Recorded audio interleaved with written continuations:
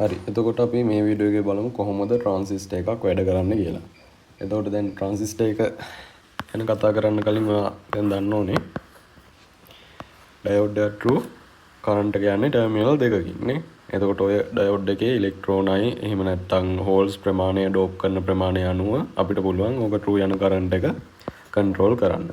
එතකොට ට්‍රාන්සිස්ටර් එක වෙන්නේ අපි වෙනම කරන්ට් එකක් දෙන ඔය කන්ට්‍රෝල් එක කරන්න.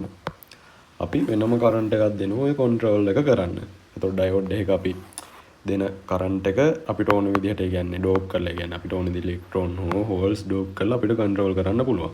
එතකොට ට්‍රාන්සිස්ටර් එකෙන් අපිට පුළුවන් අපි වෙනම කරන්ට් එකක් දීලා ඔන්න ඔය කරන්ට් එකට අනුව අපිට ඕන අවුට්පුට් එක අපිට ගන්න. අපිට ඕන කරන්ට් එක කන්ට්‍රෝල් කරලා අපිට ගන්න. හරි. එතකොට දැන් ට්‍රාන්සිස්ටර්ස් ගැන කතා කරද්දී අපි දන්නවා ට්‍රාන්සිස්ටර්ස් ප්‍රධාන වර්ග දෙකක් තියෙනවානේ. ට්‍රාන්සිස්ටර්ස් ප්‍රධාන වර්ග දෙකක් තියෙනවා. එකක් තමයි BJT කියලා කියන්නේ. BJTs කියලා කියන්නේ ඒ කියන්නේ බයිපෝලර් ජන්ක්ෂන් ට්‍රාන්සිස්ටර්ස් නේ. BJTs කියලා කියන්නේ. අනිත් එක තමයි FET කියලා කියන්නේ. ඒතකොට FET කියන්නේ මොකද්ද? Field Effect Transistors නේ. මම ඒක කියන්නම් බයිපෝලර් ජන්ක්ෂන් ට්‍රාන්සිස්ටර්ස් නේ. Bipolar junction transistors. එතකොට FET කියන්නේ field effect transistors. එතකොට දැන් මේ bipolar junction transistors ගත්තට පස්සේ ඕකෙත් වර්ග දෙකක් තියෙනවා. එකක් තමයි NPN transistors අනිත් එක තමයි PNP transistors. හරිනේ. එතකොට අපි බලමු මොනවද මේ NPN මොනවද මේ PNP transistors කියන්නේ කියලා. හරිනේ. ඊට පස්සේ දැන් මම ඔයාලට කිව්වනේ දැන් ඩයෝඩ් එකක නම් ටර්මිනල් දෙකයි තියෙන්නේ. ඩයෝඩ් එකක නම් ටර්මිනල් දෙකයි තියෙන්නේ. දැන් අපි මේකට වෙනම කරන්ට් එකක් දෙනෝනේ ඕක කන්ට්‍රෝල් කරන්න. ඒ කියන්නේ තව ටර්මිනල් එකක් තියෙනවා ට්‍රාන්සිස්ටර් එකනේ. ඒ කියන්නේ ට්‍රාන්සිස්ටර් එකක් ගත්තට පස්සේ ඕකේ ටර්මිනල් තුනක් තියෙනවානේ. නිකන් උදාහරණයකට මෙතන NPN ට්‍රාන්සිස්ටර් එකක් ඇඳලා පෙන්නන්නම් ඔයාලට.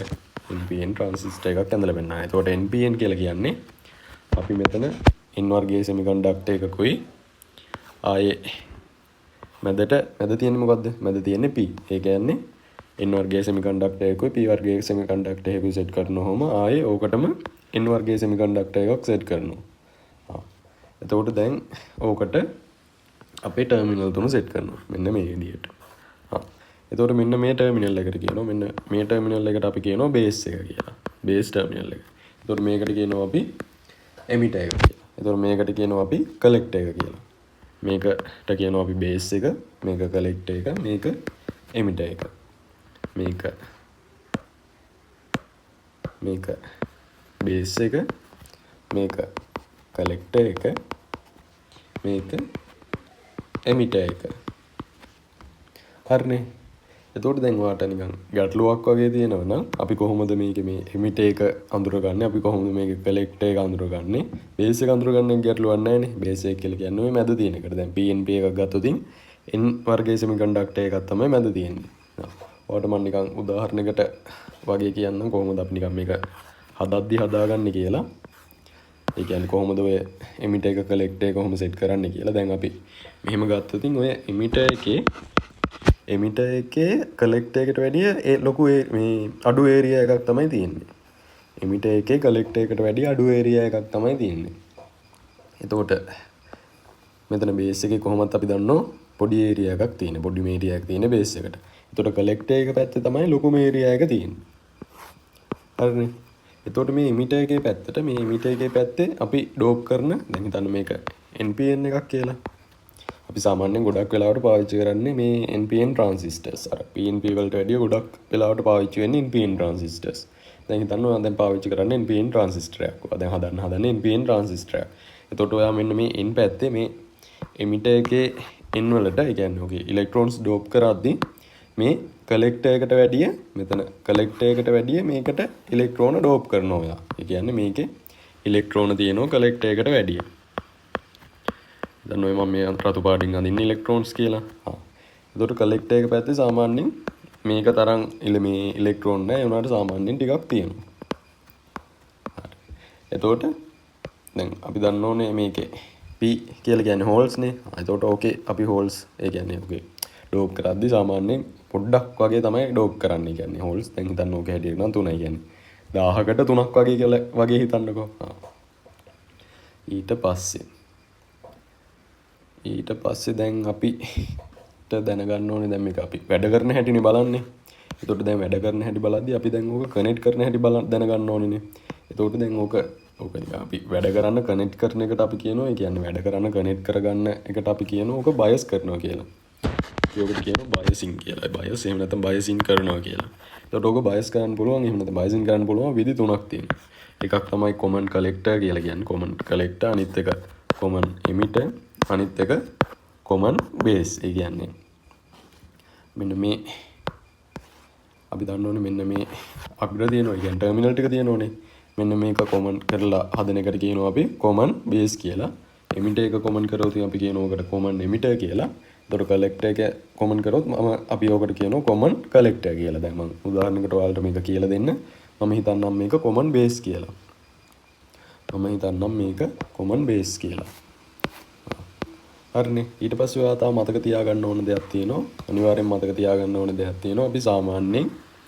අපි සාමාන්‍යයෙන් එමිටර් එකයි බේස් එකයි එකට සෙට් කරන්නේ ෆෝවර්ඩ් බයස් වෙන්න. එමිටර් එකයි බේස් එකයි අපි එකට සෙට් කරන්නේ ෆෝවර්ඩ් බයස් වෙන්න. එතකොට කලෙක්ටර් එකයි බේස් එකයි අපි සෙට් කරන්නේ රිවර්ස් බයස් වෙන්න. ඔක පොඩ්ඩක් මතක තියාගන්න. හරිනේ. කලෙක්ටර් එකයි එමිටර් එකයි ෆෝවර්ඩ් බයස්. එමිටර් එකයි බේස් එකයි ෆෝවර්ඩ් බයස්. කලෙක්ටර් එකයි බේස් එකයි රිවර්ස් බයස්. දැන් බලන්න මේකේ මම දැන් අරන් තියෙන NPN ට්‍රාන්සිස්ටර් එකක්. ඕක මම දැන් සෙට් කරන්න හදන්නේ බැටරි එකට. එතකොට මම කිව්වා දැන් මේකේ එමිටර් එකයි බේස් එකයි ෆෝවර්ඩ් බයස් වෙන්න ඕනේ. එමිටර් එකයි බේස් එකයි ෆෝවර්ඩ් බයස් වෙන්න ඕනේ. එතකොට මෙතන අපේ තියෙනවා එමිටර් එක මේ පැත්තේ තියෙනවා බේස් එකනේ. එතකොට ෆෝවර්ඩ් බයස් කියලා කියන්නේ අපි දන්නවා ෆෝවර්ඩ් බයස් කියලා කියන්නේ මේක දැන් N කියලා කියන්නේ ඍණනේ. ඍණ පැත්තට බැටරිය ඍණ පැත්ත සෙට් වෙන්න ඕනේ. මේක P කියලා කියන්නේ ධන. එතකොට බේස් එකේ පැත්ත ධනනේ. එතකොට ධන පැත්තට බැටරිය ධන පැත්ත සෙට් වෙන්න ඕනේ නේ. මේක ඍණ මේක ධන. හරි. ඊට පස්සේ කලෙක්ටර් එකයි බේස් එකයි මම ඔයාලට කිව්වා රිවර්ස් බයස් වෙන්න ඕනේ. අපි දන්නවා රිවර්ස් බයස් කියලා කියන්නේ අරගෙම අනිත් පැත්ත. එතකොට මේ B කියන්නේ දැන් ප්ලස් නේ.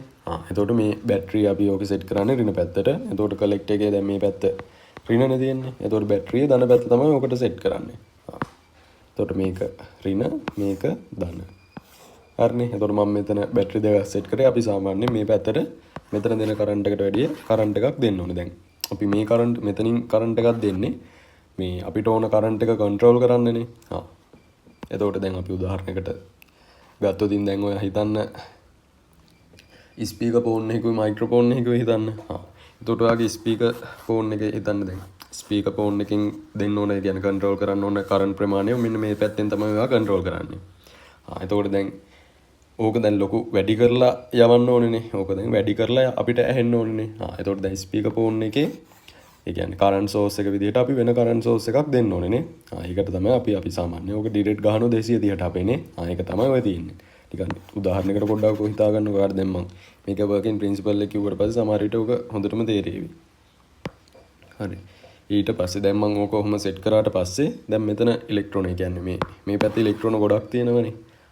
එතකොට දැන් මේ පැත්තේ ඔය ගොඩට සාපේක්ෂව හෝල්ස් පොඩ්ඩයි තියෙන්නේ නේ. මම ඔයාලට කිව්වනේ සාමාන්‍යයෙන් දැන් ඕන පද්ධතියක් ටක් ගාලා නියුට්‍රල් වෙන්න තමයි බලන්නේ. එතකොට මේකේ තියෙන ඉලෙක්ට්‍රෝන මාර ලොකු ඇක්සලරේෂන් එකකින් මෙන්න මේ හෝල්ස් අල්ලගන්න මේ පැත්තට වේගෙන් යනවා. දැන් එතකොට දැන් මෙතන ඉලෙක්ට්‍රෝන ගොඩක් තියෙනවා. මෙතන තියෙන්නේ 3යි. ඉස්සල්ලාම යන 3 දෙනා මේ හෝල්ස් ටික අල්ලගෙන ඔහොම නියුට්‍රල් වෙනවා. දැන් ඔය ගොඩක් දැන් ඔකේ තියෙන ඔක්කොම වගේ දැන් ඇක්සලරේට් වෙලා යනෝනේ. එතකොට මේකෙන් යන ඒ කියන්නේ ළඟින්ම යන ඒවා සෙට් එක ඔහොම ඒ කියන්නේ ඕකේ ළඟම තියෙන සෙට් එක ඔය සෙට් එක මේ පැත්තට පායිනවා. ඊට පස්සේ දැන් තව සෙට් එකක් ඉන්න ඕනේ දැන් ඔහොම එන. එතකොට ඔය සෙට් එක මොකද්ද කරන්නේ? මෙන්න මේ පැත්ත මෙන්න මේ පාරෙන් යනවා. තව සෙට් එකක් මෙන්න මේ පාරෙන් යනවා. සෙට් එකක් ගියා මේ පාරෙන්. තව සෙට් එකක් ගියා මේ පාරෙන්. හරිනේ. එතකොට නියුට්‍රල් වෙච්ච සෙට් එක ඔහොම නියුට්‍රල් වෙලා ඉන්නවා.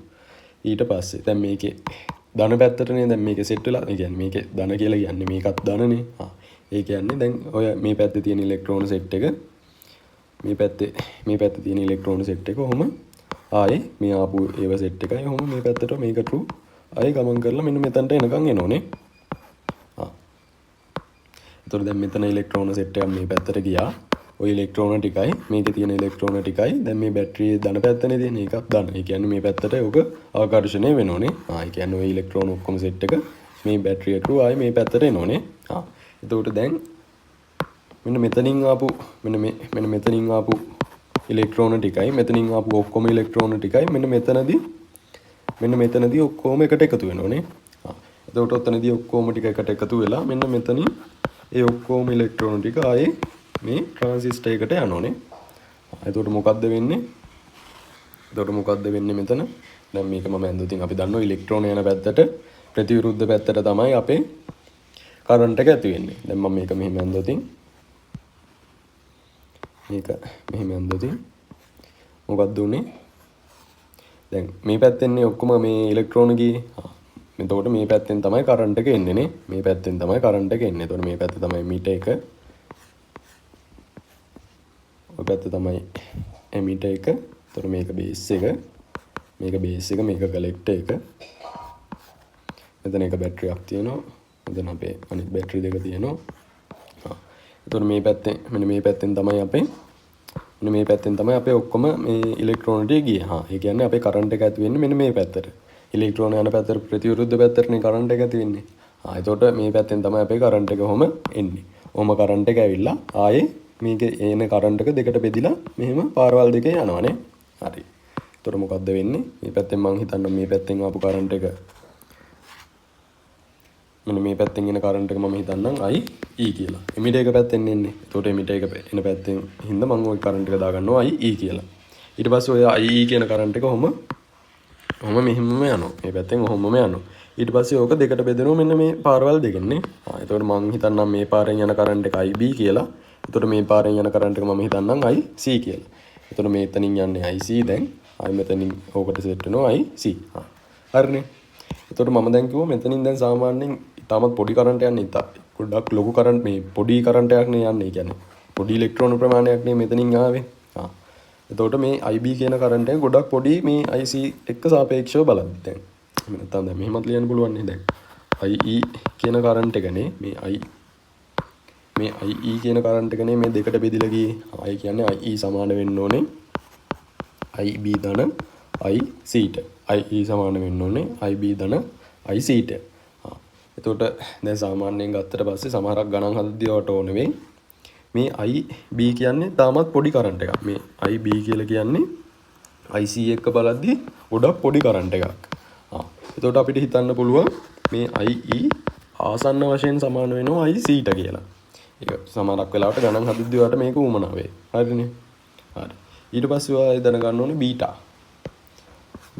ඒ කියන්නේ කරන්ට් ගේන් එක. බීටා කියලා කියන්නේ කරන්ට් ගේන් එක. බීටා කියන එක සමානයි IC කරන්ට් එක බෙදීම IB කරන්ට් එක. බීටා කියන එක සමානයි මේ කරන්ට් ගේන් එක සමානයි IC කරන්ට් එක බෙදීම IB කරන්ට් එකට. හරිනේ. එතකොට දැන් මම මේ යන්නේ NPN ට්‍රාන්සිස්ටර් එකක් නේ. එතකොට NPN ට්‍රාන්සිස්ටර් එකක දැන් ඔහොම තියන්නේ නැහනේ. ඔගේ සර්කිට් සිම්බල් නේ අපි පාවිච්චි කරන්නේ. එතකොට NPN ට්‍රාන්සිස්ටර් එකක සර්කිට් සිම්බල් එක මම ඇඳුති මෙන්න මේ වගේ තියෙන්නේ.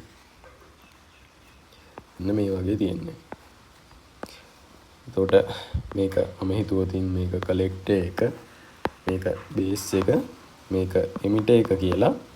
එතකොට මේ අනිවාර්යෙන් දැන් මේක NPN නේ. මේ නෙගටිව් පැත්තට, ඒ කියන්නේ මේ N පැත්තට සාමාන්‍යයෙන් ඔන්න ඔහම E තලයක් සෙට් වෙලා තියෙනවා. NPN එක ගන්න. එතකොට මම දැන් කිව්වනේ දැන් PNP එකක් ඇඳ කියලා හිතන්න. මම මෙතන PNP ට්‍රාන්සිස්ටර් එකක් ඇඳ කියලා හිතන්නකෝ. PNP ට්‍රාන්සිස්ටර් එකක්. එතකොට මේක P, මේක N, ඕක P. එතකොට N පැත්තට තමයි සාමාන්‍යයෙන් ඔය E තලය සෙට් වෙලා තියෙන්නේ. ඔයාලට පුළුවන් ඔය E තලයෙන් ඕක NPN ද PNP ද කියලා ඇඳ ගන්න. එතකොට PNP කියලා කියන්නේ අර වගේම තමයි. ඔහොම මෙතන P, මෙතන N, මෙතන P. ඔන්න ඔය විදිහට semiconductor set කරලා ඔහොම ටර්මිනල් තුනක් set කරලා හදන transistors වලට කියනවා PNP කියලා. එතකොට මේ තියෙන්නේ NPN. හරිනේ. එතකොට දැන් උදාහරණයකට කිව්වොත් දැන් සාමාන්‍යයෙන් transistor හදන උදාහරණයක් කිව්වොත් මම ඔයාලට අර කලින් කිව්වා වගේ දැන් හිතන්න දැන් අපි දැන් මයික්‍රොෆෝන් එකෙන් දැන් ඔන්න ඔයා හෝල් එකක ඉන්නේ. ඒ හෝල් එකේ ඔයාට සර් කෙනෙක් උගන්වනවා කියලා හිතන්නකෝ. එතකොට සර් මයික්‍රොෆෝන් එකෙන් කියන දේවල් ටික ස්පීකර් එකෙන් ඒ කියන්නේ ටිකක් ඒ සර්ගේ ශබ්ද වැඩි වෙලා ඔයාට ඇහෙන්න එපා. සර් දැන් හිමීට කියන එක ස්පීකර් එකෙන් හයියෙන් ඇහෙන්න ඕනේ. ඒ කියන්නේ මයික්‍රොෆෝන් එකෙන් කියන එක හයියෙන් ඔයාට ඇහෙන්න ඕනේ. එතකොට දැන් සර් කතා කරන කරන්ට් එක ඕන විදිහට ඒ කියන්නේ දැන් මයික්‍රොෆෝන් එක සෙට් වෙන්නේ මෙතනට. එතකොට සර් කියන ඒ කියන්නේ කතා කරන එකේ ඒ කියන්නේ දැන් ඕක දැන් කරන්ට් එකක් විදිහටනේ ඕක දැන් අඩු වැඩි වෙවි මේ ස්පීකර් එකට යන්නේ. ඒ කියන්නේ ඕක එක බිඳුව කොහොමනේ දැන් ස්පීකර් එකට යන්නේ. එතකොට සර් ඔය කතා කරන එක ඇම්ප්ලිෆයි වෙලා මේ ස්පීකර් එකෙන් ඇහෙන්න ඕනේනේ. එතකොට අපේ ස්පීකර් එක මෙන්න මෙතනට සෙට් කරා කියලා හිතන්නකෝ. ස්පීකර් මෙන්න මෙතනට සෙට් කරනවා. ස්පීකර් එක මෙන්න මෙතනට සෙට් කරනවා. ඔයා දන්නවා දැන් මෙන්න මෙතනින් ඉලෙක්ට්‍රෝන සෙට් එකක් යනවා. මෙතනින් යන්නේ ඉලෙක්ට්‍රෝන ඉතාමත් පොඩි ප්‍රමාණයක්. මෙතනින් යන්නේ ඉලෙක්ට්‍රෝන ඉතාමත් පොඩි ප්‍රමාණයක් යන්නේ. එතකොට දැන් හිතන්න මෙතනින් දැන් ඉලෙක්ට්‍රෝන 1000ක් ගියා කියලා හිතන්නකෝ. එහා පැත්තට ඉලෙක්ට්‍රෝන 1000ක් යනවා. මෙතන එහා පැත්තට ඉලෙක්ට්‍රෝන 1000ක් පයින්නවා. හරිනේ. මෙතන දැන් නියුට්‍රල් වෙලා මෙන්න මේ පැත්තට පයින්නේ. ඔන්න ඔය පැත්තට ඉලෙක්ට්‍රෝන පයින්නේ 1000ක් ගියොත් හිතන්න 20ක් විතර කියලා. එතකොට මේ පැත්තේ ඉතාමත් ලොකු ප්‍රමාණයක් ගිහිල්ලා තියෙනවා. ඒ කියන්නේ 980ක්ම මේ පැත්තට ගිහිල්ලානේ.